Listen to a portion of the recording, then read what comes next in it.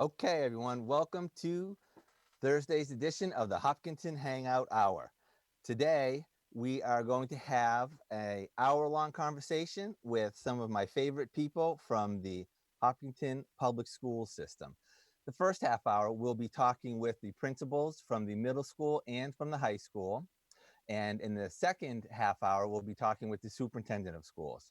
So let's dive right in because I see that Evan Bishop and Alan Keller have now joined us. Welcome, guys. Welcome to the show. Thanks for having us. Nice to see you all. All right. Our pleasure. I don't know if you know everybody here, so I'll just go right down the line. I don't know if they're the same as me, but you can raise your hand, guys, as you talk. You probably know Tom Nappy. He's my news director because he comes to a lot of events. Mike Tarosian, production coordinator. Then we have Bob Hamilton, who is our government meetings coordinator. And then that is all of us. So welcome. All right, Alan, are you with us? I see you're muted. I am with us. Oh, there you go. All right. Hi. How are you? I'm doing all right. So the first question I want to ask in all seriousness is, how are you guys doing? I can't even imagine what a incredible change of life this has been for your careers right now. How's it going? How you doing? It's going all right, other than like technical issues because I can't get my headphones to work. But I mean, it's. I was saying to somebody earlier, like when this first happened, it seemed like it would be. It didn't seem like it would be this much. I don't know. I'm not sure what I was thinking. Maybe I wasn't, and that was the issue. But it was. It's been a lot to take on, I mean, it's essentially we're changing the way we do everything, and it'd be one thing to say, hey, we want to change the way education is delivered to students. That in and of itself, if you were to take this on for like a 3-year period, that would be something. But to do this in essentially a matter of days, and it's been an incredible team effort. It's not going to be perfect. We know that, but it's we're hanging in there. We've got a good team, both like within the middle school. We've been working really hard as an administrative team. We've been working hard as well, but I think we're hanging in there. Mm. Yeah, and I would echo what Alan said. It's certainly been a challenge. Certainly something that none of us expected that we would be dealing with, especially in the middle of the school year, trying to adapt and change and get everyone on board and answer all the questions that are coming our way. So it certainly has been difficult. There's no question about that. Like Alan mentioned, it does feel, and I've said this to our staff a few times, that we're working more hours now than we may have before. And I know that might surprise some folks to hear that, but you're almost always on. You're in front of the computer quite a bit. I've been Zooming all day for the last 2 weeks, so which has been great. Not only have I been Zooming, obviously with students and staff, but also some friends as well, just to kind of stay connected, which I think is important during these times. But it's like Alan said, it's changing the way we do pretty much everything. And I think in a lot of ways at the high school level, with every student having a device and having some kind of hybrid classes now, we've flirted and done some things in this kind of area before, but not full blast like this, especially not with introducing kind of new content that we're going to be starting to do next week. So to get everybody on board, it's been tough, but we have a great team, and I couldn't ask for a better staff at the high school. They are stepping up to the plate. They will rise to the challenge. It's a great group. And it's a great group of administrators. Like Alan mentioned, I enjoy really working with him a lot. We've been talking quite a bit throughout this whole process, and we're Zooming quite a bit just to make sure that we're doing the right thing by kids. And he didn't mention it, but we're also, now serving as elementary teaching assistants at our house now too, as well. Yeah. So that has also been a challenge for, I don't know if I'm cut out to be a second grade teacher, but I just left doing a little social studies lesson with my daughter. So that also, aside from the work that we have in front of us, has been challenged, being able to kind of manage that and balance that, and not being in front of the computer all the time, and showing your kids that that's what you should be doing during this time. You want to kind of get outside and enjoy them and make some memories. So not easy, but those are some of the things that we've been trying to focus on at the house. You know, I just want to mention, because I know that you both know this, but Evan, you made a comment that perhaps, staff are working more hours than they would be if they were in the physical plant. And, it's really kind of like almost like a trope that, teachers, they work a lot, and they bring their work home with them, all that kind of stuff. But when somebody says teachers work a lot, they don't know. They really don't know, because I used to think that. I used to say, yeah, isn't that nice? Teachers work a lot. They get the summers off, but when they're working, they work a lot. I teach one class at the high school, and I cannot even believe how much work that is. And to imagine what somebody's doing that, full time, 4, 5, 6 classes a day. You see, in Allen School, you see 800 kids in a rotation. I have such an appreciation for, for the teaching profession that I never knew before. So I think it's great, and especially this community. This is not just like blow smoke hour, but when I see the kids in the school, they're such nice kids. I remember when I went to school when I was younger, a long time ago, things were a little bit different, but nowadays, I mean, they really take caring, and they take compassion for each other. They take that really seriously. I remember one time, one of the classes, we were talking about a question that we are going to ask some kids, and I was saying how, well, what if they did this wrong, and one of the students said, but why would somebody do that? That would be mean. I was like, okay. Yeah, we're fortunate that we have such great kids, and we often say that when we're interviewing folks to be part of our staff, and they'll ask us a question like, why would I want to work in Hopkinton? And there's a lot of different reasons, in my opinion, but to me, it's always just how wonderful our kids are. And when they leave classes, they say thank you, and they appreciate the work that teachers do. And I don't know if that happens at every school around the state or around the country. So I think we're fortunate to have such respectful kids, and I think it starts in the homes in Hopkinton. We have such supportive and caring families, so it's really a great place to be. Now, how many kids do each of you have in your schools? We are at 8. I think we're at 856, I believe, is the last number that I looked at. Okay. Yeah, and we're around 1235. So wow, 2,000 students. That's in 2 schools. That's a lot of students. Yep. So can you tell me a little bit, because I've been curious about this. Evan, you mentioned that you've been having some contact with some students. Alan, have you been in touch with students?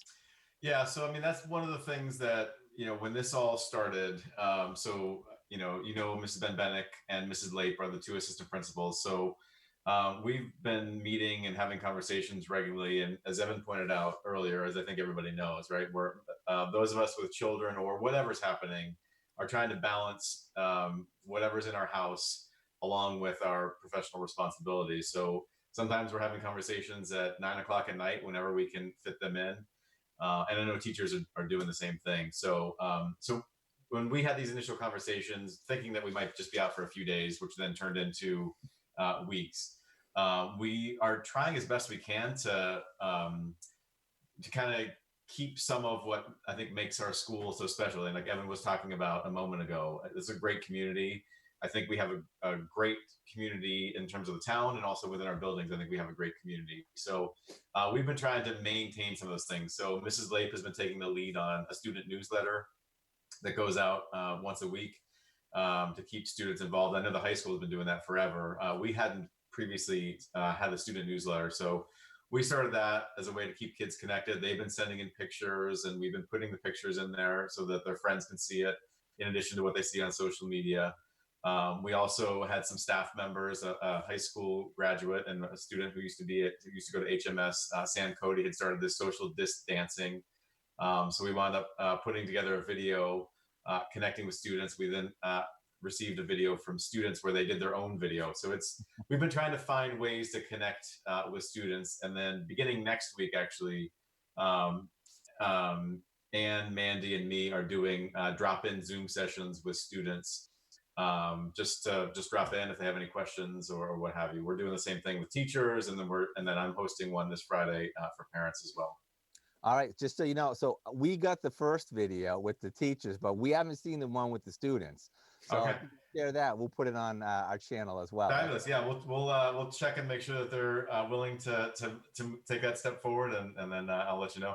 I have to comment, Alan. I liked your dance moves in the first. I'm not sure that they were actually dance moves. I think I was just nodding my head. Was all. Oh no, there was the later one. Yes. At the later one, you had some. I'm not sure that were dance moves either. There were some arms pumps. Yeah. So Evan, can you tell me a little bit about some of your interactions with students during this? Of course, yeah. So we've been trying to stay connected as much as possible as well. So like Alan said, we do a weekly memo that we send out to students that Assistant Principal Josh Hanna puts together with the assistant of his colleague, Mr. Pominville, our other assistant principal. They do a wonderful job. So the memo we sent out right when we went on kind of this school closure was just kind of the staff saying hello and sending different messages and letting them know we missed them, and then we're just checking in. So we're going to continue to do that and check in with them. I've also had Zoom calls like this with a few different groups of students. I've met with each of the class officers for the different grades. Was also part of a Zoom call. As you may have heard, we're putting on a virtual talent show on Friday, which we're excited about. So I was part of some Zoom calls with some students who might help try to be the MC and just trying to get that kind of off the ground. We were supposed to have an in-person talent show actually tonight. So we wanted to keep that going, keep students connected. And I know we already have at least about 15 submissions of acts so far, and we expect that to probably increase by tomorrow. So I believe we're going to be posting the performances on our high school Instagram account, but then also kind of going live with some of our students kind of commenting on the performances as well. Miss Murray, one of our school counselors, has kind of take that on as one of her roles. She's really invested and interested in that. And she's also our Be Free coordinator. So she's going to help with that process of going live and working with the students. But we've been trying everywhere we can. Similar to Mr. Keller, we're going to do virtual drop-ins for all students through Zoom. We're going to start that next week. And we're also going to be doing that with parents. Our first parent virtual drop-off is going to be next Tuesday, April 7th. So again, it kind of shows a little bit of the collaboration that we're having building to building. Want to make sure that we're aligned. We're doing a lot of the same things. We kind of have a similar schedule as we're kind of rolling out this new remote learning process. And we want to make sure that the biggest thing throughout this whole process is we're continuing to focus on the social, emotional health and well-being of our students. So I know there's a lot of talk about how our kids going to progress academically and questions about grade point average, pass, fail. I've been getting quite a few emails about that. Those are all important questions. I understand that, but that's not what's at the top of our priority list right now during this very challenging and unprecedented time. It needs to remain on making sure everybody is well, both physically, mentally, and emotionally. So let me ask you both, how are you dealing with, there must be a lot of mourning over some of the milestones that would be happening near the end of the 8th grade year and of course the end of the 12th grade year that won't be happening now. And I have a child who is graduating, so she is missing out the second half of her senior year. I'm wondering what you guys are seeing and how you're addressing those issues. Evan, you want to go? Yeah, sure. Okay. Yeah, sure. Yeah. So, my heart breaks for all the students, but really in particular, the seniors in a lot of ways. Both, I have a neighbor who's a senior in college, and I feel terrible for her. I think we all, remember how much we enjoyed that kind of last semester, like you talked about, Jim, of college, but in also senior year of high school. And obviously those are the students that we work with close. And I just, I've been talking, in contact with many of them. They're really hoping to have some of these events. And obviously none of the events have been canceled yet. We don't know when we're returning to school. Right now, the governor is saying May 4th. And if that's the case, then obviously hopefully we'll be able to have some of these events. But there is a reality that it might not be May 4th and it might go through the entire school year. So we've started to have conversations with our class officers, our class advisors, as well as class parents about some things we can do just to kind of, raise some spirits and boost their energy level a little bit and get them excited for a few things. So those are still kind of all in process and in works. And some of the things we, want to kind of roll out as maybe a little bit of a surprise to some of the students. So to get them something to look forward to. So again, graduation is the big piece, I think, for seniors, and nothing has been decided yet, but we've started to think about ways that we could maybe do something similar to that to make sure that they have a great experience. And maybe it's later on in the summer. We're pretty much open to different ideas and different feedback. So, but again, I do feel really, really bad for that group. And, that's why we were making sure that the talent show is still going on, and certain things that we can do virtually, we're going to continue to try to do for them. Okay. Yeah, and same here. It's although I think we have in our head May 4th. I think we also have to be thoughtful and paying attention to what's happening, and whether or not that's the day that we'll be back. So we haven't made any official plans or changes yet. I mean, as you know, Jim, me and Dr. Cavanaugh and Becky Abate sat with you and talked about our New York City trip at the end of the year with 8th grade. I don't want to say anything now because I'm sending out a parent newsletter, and I think it would be best to share that with parents directly before doing so here where everybody won't see it. But, needless to say, New York is a pretty difficult area right now. And so that's one of the things that, just doesn't, that we're talking about regularly, and I'm still working with the company on that. But, yeah, I mean, we're still holding out hope, but also being realistic that we might come back and still be able to do some of those things that celebrate. And that's really the reason why we do many of those things at the end of the 8th grade year, celebrate our students. And, the majority of them have been with us for 3 years. Some obviously joined in 7th grade or 8th grade, but, going back to Evan's earlier comments, it's a really special community. And so some of these things are really difficult to think that we are not going to be able to celebrate students in the traditional way that we've done. And so that's one of the things that we're definitely talking about. How are different ways that we can look at this? That's really good. All right. Well, as you know, we're live. So we have a couple of questions that came in on YouTube, and I think Tom has those teed up for us. All right. Well, Evan, you kind of answered this question, but what are you hearing from senior students? Have you talked with any of them, and what have some of their reactions been? And also, has the state said anything about the 180 school days requirement? Yeah, so I know I talked about it a little bit before, but I have been in touch with many of the seniors, not only the class officers, but some student council representatives as well. And a lot of students have been emailing me, just kind of checking in to see if there's been any, well, first off, just to see how I'm doing, and I like to see how they're doing, and just having a conversation about, how they're spending their time, and if they're well, but also talking about some of these things that are coming up. And I think there's a lot of, anxiety around those. People want to know if we're having these events, and I try to just explain we have to be patient and see how this is going to progress. And obviously we'll make the best decisions that we can with the information that we have, and we'll try to do the best that we can for our seniors and give them as much as we possibly can to enjoy the remaining time here in Hopkinton. In regards to kind of the length of the school year, what we're hearing is that we can go no later than June 23rd. So right now that is the last day of school, from my understanding. We're also right now as a district, and I think there's some conversations happening. I know some people have asked about April vacation and Good Friday. We're going to kind of have those, or are we going to keep kind of going forward with the remote learning? And it's my understanding right now that we're probably going to have those as a vacation in April, as well as Good Friday. But a decision may change, and we'd let the community know if it does. But right now our plan is to have those as regularly scheduled. Okay. So we've been talking a lot about the students, which I think is kind of, primary. I'm also interested in how the teachers have been handling this really big transition. Yeah, I mean, I think it's been stressful. There's no question about it. To go back to something Evan said earlier, in addition to essentially having to rethink my entire curriculum, I'm also a teacher or a teacher assistant for my own child or children, or whatever my situation is at home. Doing something from home is challenging. There's no question about it. And at first I was kind of, as I think I mentioned earlier, I was kind of like, okay, this might be nice to be home a little bit more frequently. And it is nice to be home. Don't get me wrong. But it comes with a lot of challenges, as I'm sure everybody knows. And so, I have heard from teachers who are obviously taking this on and are ready to do this, I feel fortunate that we're in this district. Our technology team has been remarkable. Ashok Ghosh is our director of technology.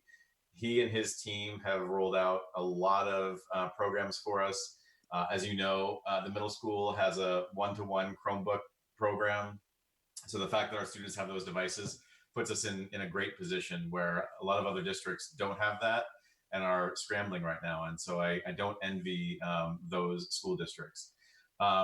But having said all that, you look at, I'll just mention PE, physical education.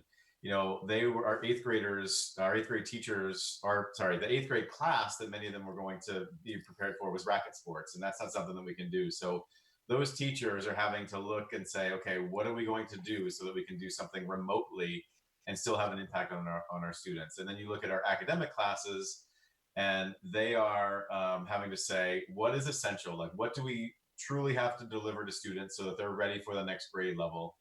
And so in addition to me thinking that as an individual teacher, as a seventh grade English teacher, those three are coming to agreement on what is truly essential and how they're going to send out that information. So agreeing upon it, but then also figuring out how they're going to deliver it. And on top of that, also, one of the things we want to caution against, which is hard to do because we're not seeing our kids face to face, is we want to limit the amount of screen time as much as possible. We don't want kids on screens. I know, and again, Evan mentioned this earlier. When I'm on Zoom calls for 4 hours a day or 5 hours a day, I need a break. So I'm stepping away from my computer, and I'll wind up doing a lot of work, between the hours of 9 and midnight, just because I need to step away from the screen. So it's a lot, and as I'm sure you know, Jim, as you're preparing your class for this, it's challenging, it's stressful, it's anxiety producing, and I've had some conversations with teachers say, as much as difficult as it is, some of this is causing me to rethink how I deliver my curriculum. It will have an impact beyond this period of time, however long this period winds up being. Evan, how are your teachers? Yeah, and I'll echo a lot of what Alan said. I think he put it really well there. This is going to be nothing like it was before. And we talked to our teachers about that. This is for teachers who are going to try to replicate exactly what they had in the classroom. It's just not going to be like that. You're not going to be able to cover everything that we've covered in the past. And we have to kind of focus on those essential things like Alan talked about. And so, and that gives the teachers a little bit of freedom too, to kind of focus a little bit on maybe what they're so passionate about and not be so kind of, I guess, married to either grades or what they have to cover. It really allows them to kind of step back and be like, okay, what are the essential things and what can I do different? You got to kind of reinvent almost the way that you kind of approach your curriculum, as well as, how you assess students, because that's another thing that's going to come up, is how are we going to be assessing students kind of in this platform. So, but we've talked about it, how lucky we are, but I've been really impressed with, yes, I think there's some angst. There's definitely some people that have some anxiety about this and maybe some questions or concerns, but they have really kind of tackled this with the enthusiasm that I really would hope my children's teachers are doing in the district that I live in. I've been really impressed with their ability to kind of focus in and say, I know this is not normal. This is not going to be easy, but we're going to do what's best for our kids. And so we've had multiple, I know Alan has as well, multiple faculty meetings on Zoom, and we've had some really good conversations about what this is going to look like. And we've had a really kind of open forum, and the lines of communication, I think, have been great. And so this is an opportunity. We're almost all first-year teachers and first-year administrators in this process. We talked about that. And so, and we're going to make mistakes, and it's okay to make mistakes. We encourage our students to make mistakes, to kind of learn from that, to grow. And I think this is going to be an opportunity for us to model that. And, I think it's going to be another opportunity for us as a district to be able to show our community how we have the best, most creative, engaging, and caring staff out there. Because we're going to be able to do this kind of new thing, in my opinion, at a very high level, because we have such talented and caring individuals that want to do this and want to do what's best for kids. So, yeah, although I know, like I said, it's going to be a challenge, I've been really impressed with everybody's ability and want to do the right thing here. And I wanted to add on to that too. Yeah. Sorry, Jim. We're in this field because we realize the importance of teaching, teachers, education, counselors, whatever our role is within a school. I think sometimes it's easy to take some of that for granted, though. And just the other day when my son was having a Zoom session, with his teacher, it was that powerful moment of it was really powerful to see just how much he missed his teacher. And I, in my conversations with teachers at Hopkinton Middle School, it's just they're seeing that same thing, and it's a moment where we're realizing the role. I think we all know it's important, but just to see how important that connection is. And Evan talked about this earlier, prioritizing that social emotional connection. It's really important, and it's very important at this moment. Yep. Agreed. All right.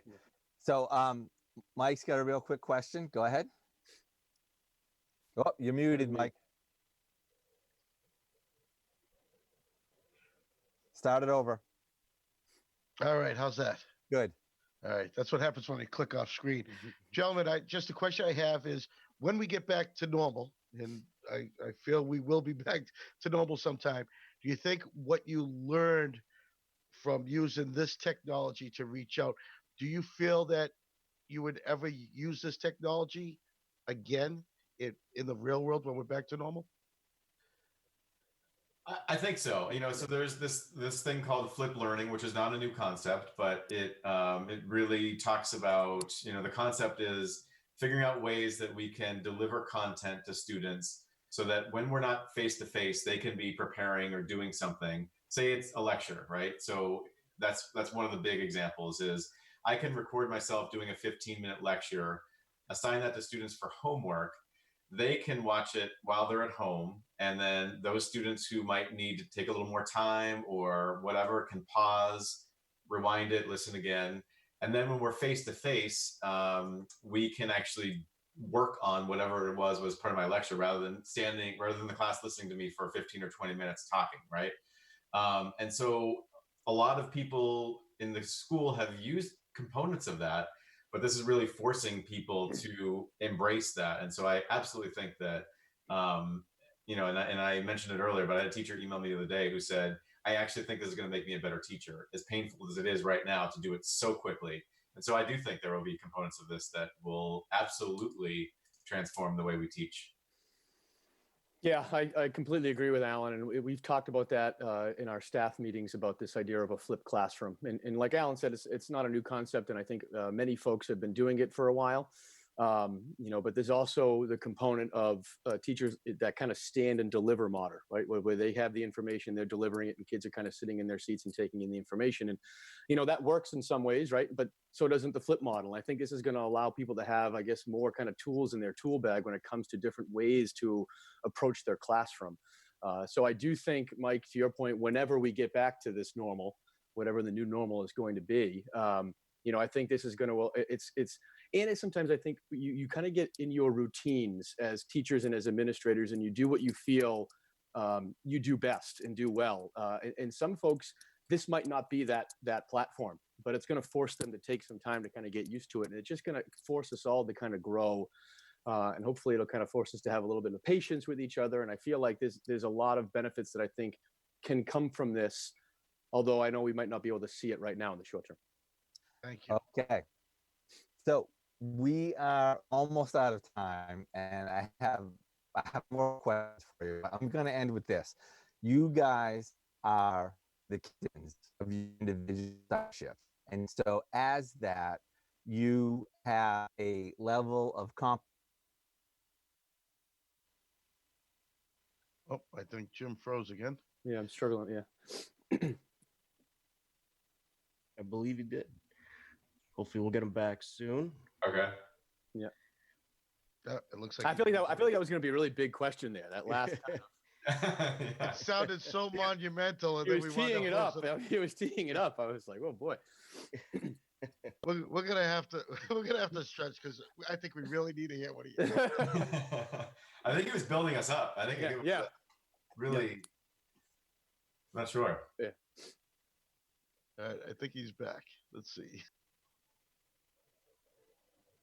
Now, how are you guys been doing through this whole thing? How are you holding up and spending your time? It's been nuts. It's just crazy. Never thought I'd never seen anything like it in my other job as well.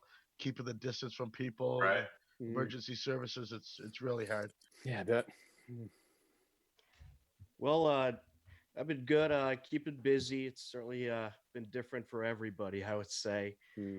And one of the YouTube comments we just got was band directors are organizing a virtual band with students and adults, summer band members recording their parts at home.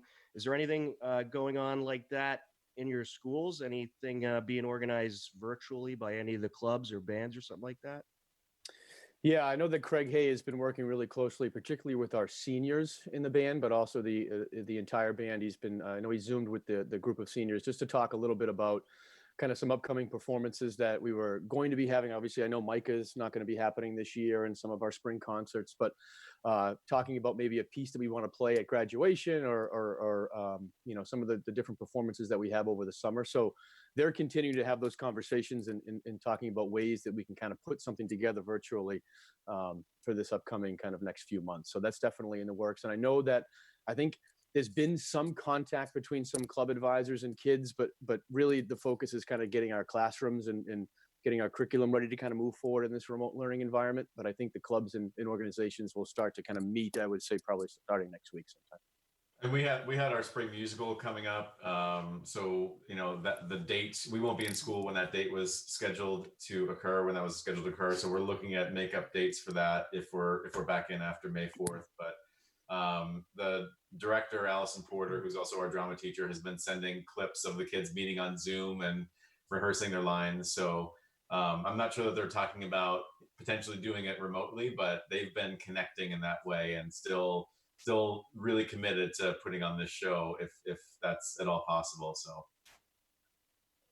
That's terrific, and hopefully we'll see some great virtual performances. That would certainly be something to look forward to. It would, certainly. Well, we do have Dr. Cavanaugh here, and I think Jim's still trying to get back into the chat, but I understand that you guys have a meeting today, so I think we'll let you go so you can make it to your meeting. all right, thanks everyone. Dr. Kavanaugh, good luck. Yes. Good luck, Dr. Kavanaugh. Thank you very much, everybody. Bye, everyone. Appreciate it. Thanks, guys. Thank you all. And Matt, I think, is up next with some things that are coming up. Matt, are you there? I am, in fact, there. All right. So what do we got coming up next week? Well, next week we have more of the same. Basically, we're going to be having Heather Bachman on Hangout. We have Amy Beck, and we have Maureen and Erin Belger coming on the Hangouts, and we're also going to have more of our binge blocks in next week as well. That's great. All right. I think Jim is back. Jim, are you back? I'm here for the meeting. I don't know what happened. I just, it dropped me out. Everybody was okay. Everybody was hanging on what you were going to say because it sounded so prolific, and we were just dying. So we kept stretching and stretching for you to come back.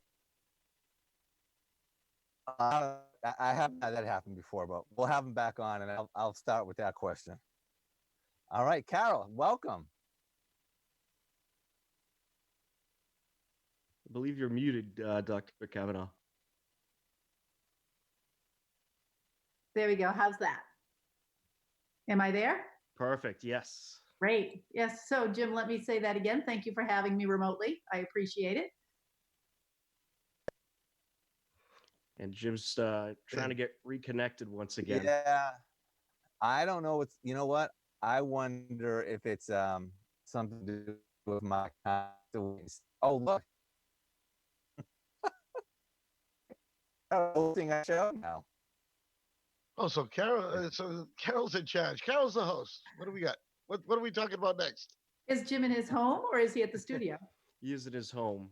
Okay. How have you been through all of this, Dr. Oh.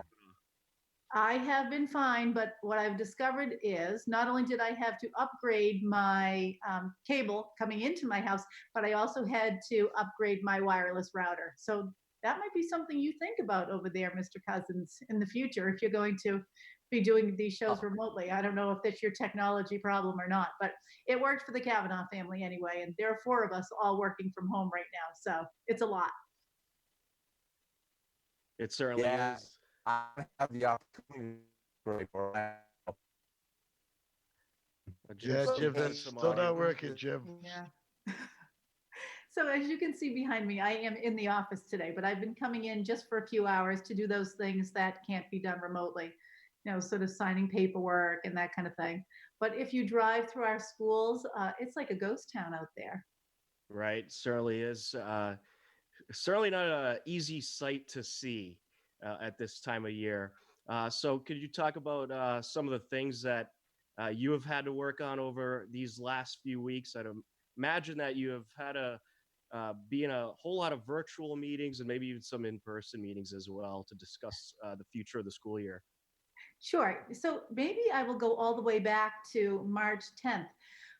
Um, and I think that going back to March 10th is a nice illustration of how little we knew 3 weeks ago. So on March 10th, I think that was a Tuesday evening, there was a select board meeting. And I can remember Mr. Herr asking for the school committee to join the select board and the Board of Health and the director of the Board of Health, Sean McAuliffe, and Casey Morrow, our town nurse. So there was a very large gathering of people there kind of making that decision. And we talked an awful lot about closing school and should be closed for one day at that point or 3 days. And there was an awful lot of debate about that. And in the end, we thought we'll close for one with the opportunity to close for 2 additional days. What was kind of interesting is we may have actually been, and I'm not sure about this, but I think that we could have been the first school district in Massachusetts to actually close our doors. But in those early days, we honestly thought that we would be back in school in just a couple of weeks or a week after we kind of followed, who had tested positive. Was there anybody who was in our schools who might have tested positive? Was anyone at risk? But we really thought we would be coming back to school. And then obviously the governor had put us out until Monday, April 6th, and now again until Monday, May 4th. So it has been kind of a whirlwind. I mean, it was only a few weeks ago that we thought we would be back in school.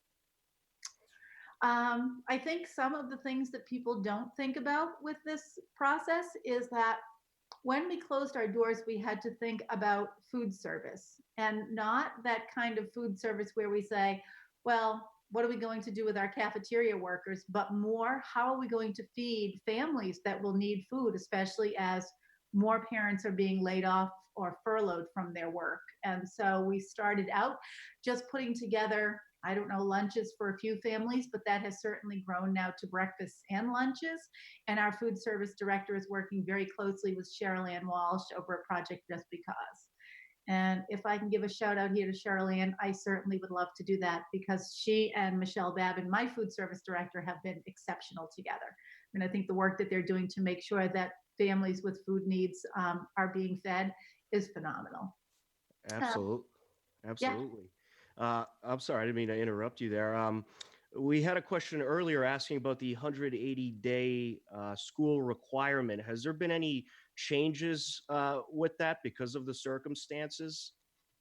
So the commissioner has said to all school districts, you have to go to your scheduled 185th day. In Hopkinton, that's June 23rd. One of the things that we are now looking at is the opportunity, which the commissioner extended to us yesterday, of canceling April vacation. So there would still be Good Friday off and there would still be Monday Patriots Day off, but we would recoup 4 days, which I think would put us out on June 17th. Now that would need to be negotiated with the Teachers Association and voted on by the school committee. And I think that when we make a recommendation to the school committee, we would want to do that also with all of our administrators' blessing. So we are currently working on, dealing with all of those different groups of people, teachers, administrators, school committee, to determine what would be best for Hopkinton. Carol, just want to stop you for a sec. Do you see on the bottom of your screen that Jim is in the waiting room? If you could let him in. In managed participants? Please.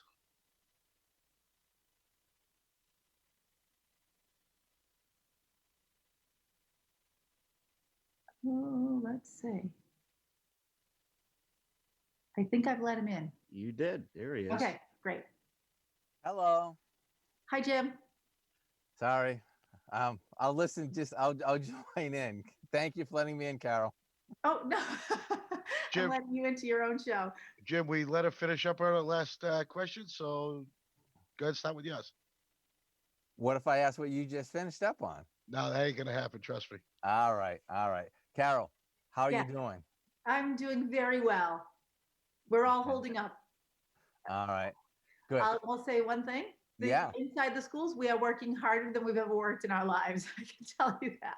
I can imagine. Well, actually, I can't imagine because this school system is already a crazy busy place, and to turn everything on its head in the short amount of time that this system is doing it is just, you know what? It's like when Scotty has to fix the Enterprise and it can't be done, but somehow he gets it done. Yeah.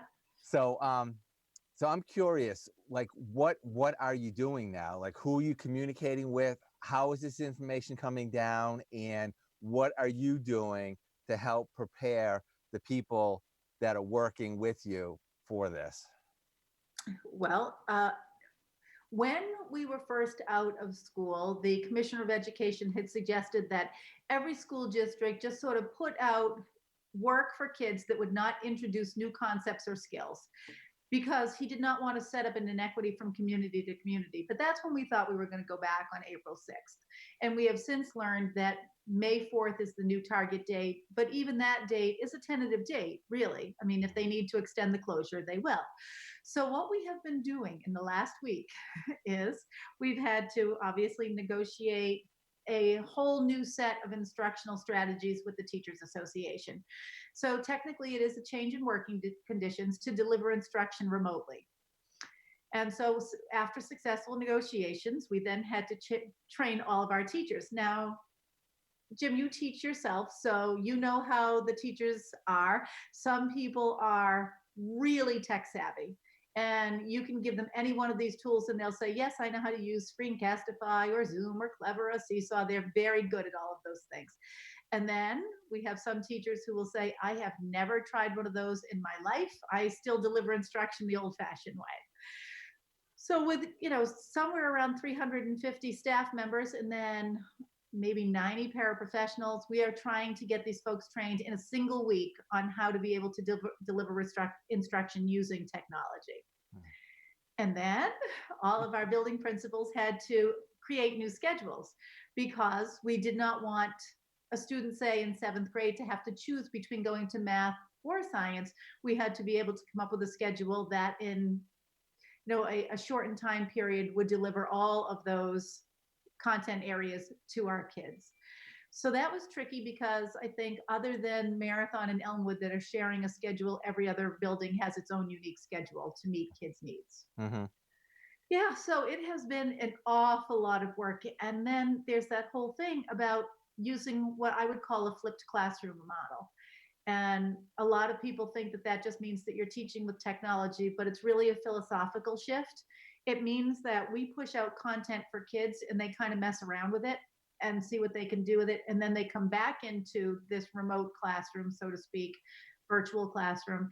And that's where they get a little bit more instruction on it. It gives them sort of these mental pegs to hang the learning on so that they've had some exposure to it. And then the learning is better clarified by a teacher.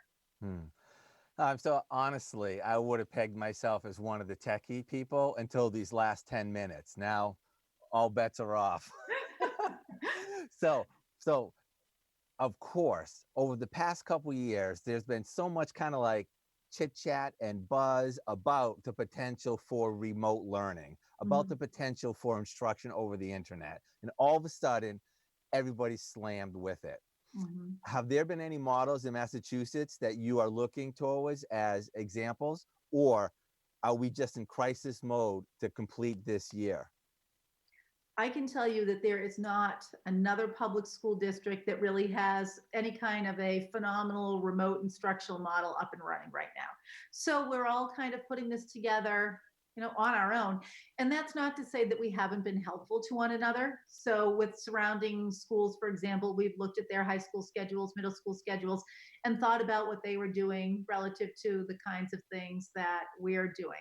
But one thing I would like to stress for parents and families is that as we start to look at these remote instructional models, we really are never going to be able to cover the same amount of curriculum that we would if we were in classrooms face to face. What we're really hoping to do is just to, at the elementary level, kind of grow our literacy skills, grow our math skills, sprinkle in some science and social studies, and hope that kids are in a better place to learn in September when we really have to revisit all of this. And I think the same sort of holds true for other buildings as well, although high school and middle school get all of their content areas.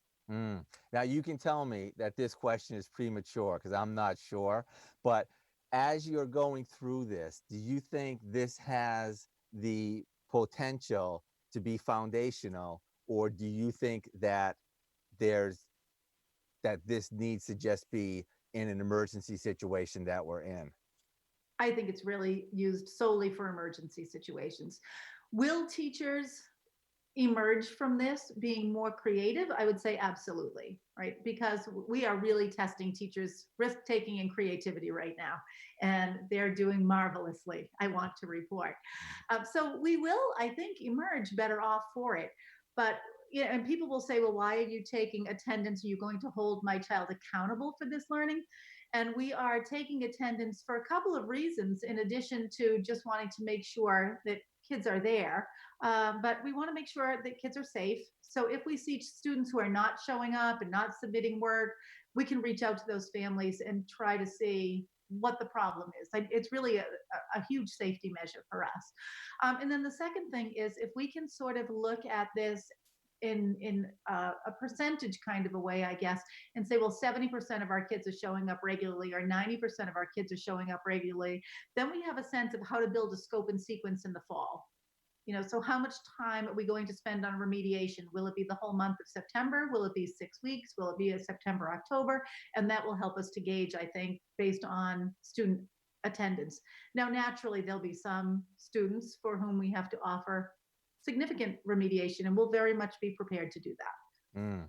Now, I expect you probably aren't thinking about this right now, but what does the lessons here, or the skills that everybody is currently going through, would that have any application to snow days? That's a very interesting question. Several years ago, the Department of Elementary and Secondary Education had what was known as blizzard bags.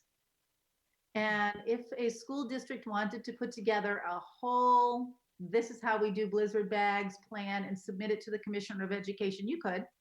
And they instituted blizzard bags. But what they found was that across Massachusetts, there was terrible inequity. So if you had English language learners, or students who needed special education services, or kids who didn't have technology, the blizzard bag thing wasn't really working. And it was really helpful if you had two parents who were home on a snow day. So the state said that this would be the last year. And so in June of 2020, that has to stop. Okay. So, even though now we have a really nice plan for how to educate kids remotely, unless they change that rule, we would not be able to use it. I see. Okay. And by the way, Tom was just telling me that I actually just asked the identical question that came in as a YouTube comment. So okay, I guess it was a good question. So I had heard that one of the things that you had to consider and had to make sure was that people at home, that students at home had connectivity, had tools, were able to access what was going to be often. And I'm curious, was that a significant issue, or was it a small issue? You know what? I must say that Mr. Ghost, Director of Technology, and his team have been working literally round the clock, like nonstop. But Hopkinton is a very, very fortunate town. So we have been able to put Chromebooks and laptops in the hands of all of our students through a program, like all of our middle school and high school kids. And I can tell you that that has been so beneficial. Now I'm looking at other communities where they have a bring your own device plan. And if you are bring your own device, they've had to sort of schedule. Elementary kids can work between 8 and 10, and middle school kids can work between 10 and 12:30, and high school kids can work between 12:30 and 3. They're very constrained schedule wise, because the family may only have one or two devices that have to be shared across 2 adults and 3 children, for example. Mm. So we're blessed really to have all of that technology. And in the event that we have elementary kids or parents who need anything, Mr. Ghosh has made device lending available to those families. We also have families who don't have internet, and we've put hotspots in their houses. So I think that technology, while it has been an obstacle in other districts, has not been one here. So I can't be more grateful to this community for its investment in technology. Mm. Um, Evan was mentioning that I think our last day is June 23rd. Yes. Is that like, is that going to slip? Is that going to move into July? No, the commissioner said your last day has to be your 185th day, which for us is June 23rd. The school committee does have the power to extend that if they wanted to, but then they would also have to negotiate with the Teachers Association. But what is now being discussed at the state and local levels is the elimination of April vacation, which I believe would back us up to June 17th. Mm-hmm. Oh, I see. Okay. You are who is your support system? Like, where do you go when everything is flying at you fast and furious? I go to the assistant superintendent, Jen Parson, or to all the principals. I guess I'll divulge a secret that last Friday we were going to have an administrator meeting, and it was really just going to be the central office administrators and the building administrators. So there were probably 16 of us in that meeting, and it started at 12 and ended at 3:21. Wow. We met for 3 hours and 21 minutes, and that's how. And even at the close of that meeting, you could still sense the angst that people were trying to sort of make this transition from brick and mortar teaching to teaching remotely. And it was so complicated and so frightening. And if you're a building principal, say like Mr. Bishop, and you've got 100 staff in your building, you've got to think about how am I going to re-educate all of those people to get up and running in 10 days time. So yeah. So that's kind of where I go. I have to lean on my team. Yeah. Now, actually, when I picture it, I can really understand a middle school kind of rubric or a high school kind of rubric. What does it look like for Elmwood School or for Marathon School working this way? Yeah. So if children are doing sort of the reading and writing that we typically ask of them, they'll get feedback about their writing. They'll get feedback about answers that they're giving to questions like, what do you think about that character? How do we make characters? What is theme? And at the end of the day, what we're really just hoping for with our elementary kids is that they're learning some new math skills, some new ELA skills, and that they are kind of attentive to the learning. And this might be a good opportunity for me to be able to say that having surmounted a lot of the technology issues, I also know that there are families who have, parents who are working in those essential employee fields, and they're not home to help their children navigate this online learning. And I really don't want those families to worry. When kids can get in and be with their teachers, we love that. And if they can't, there will certainly be something to bring them back into the fold in September to make sure that their learning is where everyone else's is. So I want to assuage fears. Yeah. I would think that in the lower grade level, there's a lot of worksheets. Is there an expectation about having printers at home, or is there some other way that they're able to access those? So we're not going to ask people to have to do printing. They can use, so the tech tool that we've been training the elementary folks on is Seesaw. So that's kind of interactive where kids can communicate with their teachers that way. But you would be surprised, I think, and I think parents would be surprised to walk into some of our elementary classrooms and see how little paper there is left. Yeah, like there's a lot of reading that goes on, but there's a lot of work with whiteboards, or there's a lot of work with tablets, and there's a lot of work with foundations materials.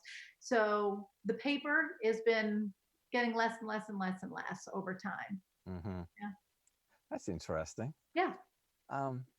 So also, how is this affecting your budget? Oh my goodness. And people continue to ask that question.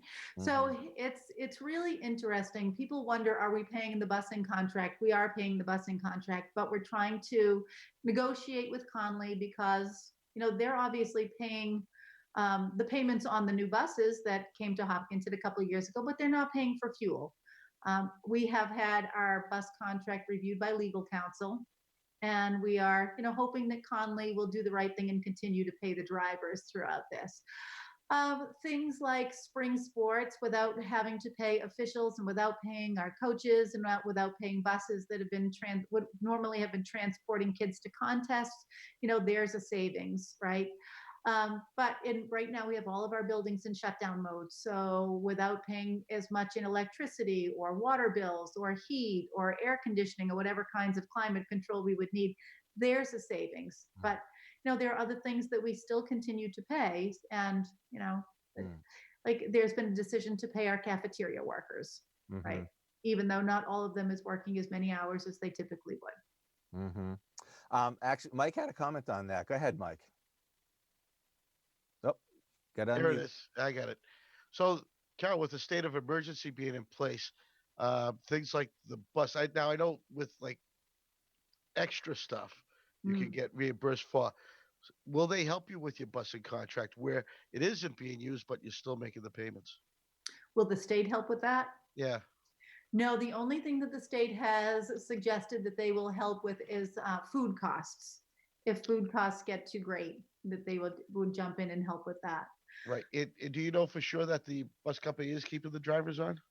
I believe that the bus company is not doing that, but I don't have confirmation from Conley for that. But our plan is to enter into negotiations with them. Fantastic. Thank you. Yeah. So those are some things that are in your current budget. Has there been any new expenses? Like, are there any new online tools that you've had to purchase or bring online, or are we working with stuff that the district already has? No, technology is a place where we have been spending money. We want to make sure that there are enough licenses and there's the right kind of training and that we have as many tools as we can possibly have. Like there are some people who are a little bit reluctant to try something like Zoom, but they are really skilled in something like Turnitin or Clever or Seesaw or Google Meets or so, like a Screencastify. So I think what I'm saying is that we're trying to give people as many tools as will make teaching and learning optimal. I see. All right. Well, that we're getting close to the end of the hour here. And are you able to, well, there's an old saying that when you work from home, you're never away from work. Are you able to give yourself some distance and maybe, take a walk or put this aside for a little while and take care of yourself? Well, I've been trying to do that. Yes. And, I think when the weather is nice, I do try to get out there. Some days at the end of the day, just like at 4:30, I will actually go out and rake out my gardens. And it seems silly, but raking is one of those instant gratification things. You spend an hour doing it and you look and think it's all cleaned up and it looks great. So that's actually been psychologically helpful to me. I mean, I think we all do what we do to kind of blow off a little bit of steam. That's fun for me. Right. And have you read about that? Forest bathing and nature bathing, and there's a lot of research at just how good that is for us in ways we can't even put our thumb on. Yes. Yeah. And you just miss people too. I mean, the same people that you live with in your home, it's lovely, but it will be nice to get back. And I mean, as you can see in my background today, I am at work, but I have been working mostly from home. Yeah. All right. Well, hey, thank you so much for everything you always do for our community, and especially in this time of upheaval and turmoil. Yeah, well, it's my pleasure. I'm hoping everyone is well, and I hope we all emerge from this with our health and physical and emotional intact. So thanks, Jim. All right, Carol, you take care of yourself. We'll talk to you soon. Thanks. Yes, bye. All right. Okay, and that's going to bring us to the end of this episode of the Hangout Hour. We thank you for joining us, and we thank you for submitting your comments, and we ask you to tune in tomorrow for a new edition with more half-hour segments. Also, please visit our website, hcam.tv/hangout. You can see all of our episodes there. You can read a little bit about us, see what's coming up next week, and also fill out a form to get involved, because we would like this to be a conversation with our community, and that's you. So please tune in, check us out, and let us hear from you. All right, guys, thank you all for joining, and we'll see you later.